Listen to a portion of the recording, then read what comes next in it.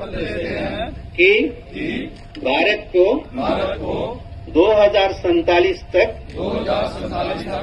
आत्मनिर्भर और विकसित राष्ट्र बनाने के सपने को साकार करेंगे। गुलामी की मानसिकता को जड़ से उखाड़ फेंकेंगे।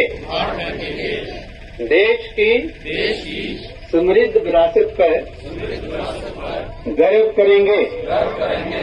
भारत की एकता को सुदृढ़ करेंगे। देश की रक्षा करने वालों का सम्मान करेंगे। नागरिक होने का कर्तव्य निभाएंगे। जय हिंद। वंदे मातरम। मैं समझता हूँ कि अद्भुत योजना विकसित भारत संकल्प यात्रा आज तक ना किसी की कल्पना थी, ना किसी का तस्वुर था, बल्कि किसी ने इसकी उम्मीद नहीं की थी, मांग भी नहीं की थी। यही फ़र्क है मोदी जी की सरकार में और पिछली सरकारों में। और यदि हमें समझना है, क्योंकि बहुत एक 10 वर्ष के मोदी जी के प्रधानमंत्री के रूप में कार्यकाल में एक नई पीढ़ी जन्म लेकर के सामने आई है, जो अभी 18 वर्ष के हो जाएंगे और वोटर भी बनेंगे, इस समाज के ओपिनियन मेकर भी होंगे।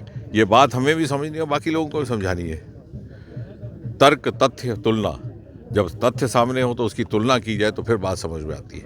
कभी हमने सोचा इस देश में एक स्वभाव बन चुका था, इस समाज में संस्कृति बन गई थी कि कोई छोटा सा काम हो, दफ्तर के चक्कर लगाओ, 1 दिन लगाओ, 2 दिन लगाओ, 3 दिन लगाओ, 4 दिन लगाओ, 5वें दिन किसी को घूस दे के काम करवा लो, ना भी हो तो थक करके घर बैठ जाओ। यहाँ वही सरकार हर द्वार पर जाकर के, ज़िला प्रशासन, ज़िला अधिकारी जाकर के हर घर कह रहे हैं कि साहब ये देखिए, ये सूची आपका नाम है, इसमें आप हमें हिदायत है कि आपके लिए पक्का मकान बनाना है, आपका पक्का मकान नहीं बना, आप कृपा करके सहयोग कीजिए, हम आपके लिए मकान बनाएंगे। और एक नई सोच मोदी जी ने हमें दी है। हमारी मानसिकता बदलेगी इससे समाज की। ये नहीं सोचा कि धर्म क्या है, मज़हब क्या है, ज़ात क्या है, ये भी नहीं कि किसको वोट दिया जाता है। जहाँ जिस चीज़ की आवश्यकता है उसकी पूर्ति हो रही है। जिसका मकान नहीं है उसको मकान मिल रहा है, जिसके पास गैस सिलेंडर नहीं है गैस सिलेंडर, जहाँ शौचालय नहीं शौचालय मिल रहा है। इस दौरान भी जो आपने बात की, इन योजनाओं की जो वेलफेयर स्कीम्स हैं, हमारी सैचुरेशन लगभग 100% हो गई। जैसे जल शक्ति में 97-98%, जो कृषि योजनाएँ हैं, किसान कार्ड, किसान सम्मान निधि, हम उधमपुर में, कठुआ में और आगे तक 100% हो गए। आयुष्मान में लगभग 99%, 98.5% हम पिछले महीने तक 99।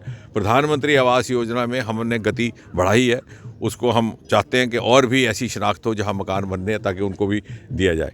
इसी प्रकार हमारी योजनाएं की पूर्ति भी बाकी क्षेत्रों की तुलना में कहीं आगे है, क्लियर हो गई। कल रेलवे वालों ने आके यहाँ प्रेस कॉन्फ्रेंस भी की थी। वो एक सेरेमोनियल रन था उस रूट पर जो संभावित रूट है। अब उसकी फीजिबिलिटी वर्कआउट हो रही है, क्योंकि उसका अवधि काल 8 घंटे रहना है। तो अगर अवधि काल बढ़ जाएगा तो फिर वो वंदे भारत नहीं कहलाएगी। तो कहाँ से टाइम कम करना है, कहाँ से बढ़ाना है, उसके लिए वो कोशिश कर रहे हैं। कठुआ में, फिर बाद में उधमपुर में।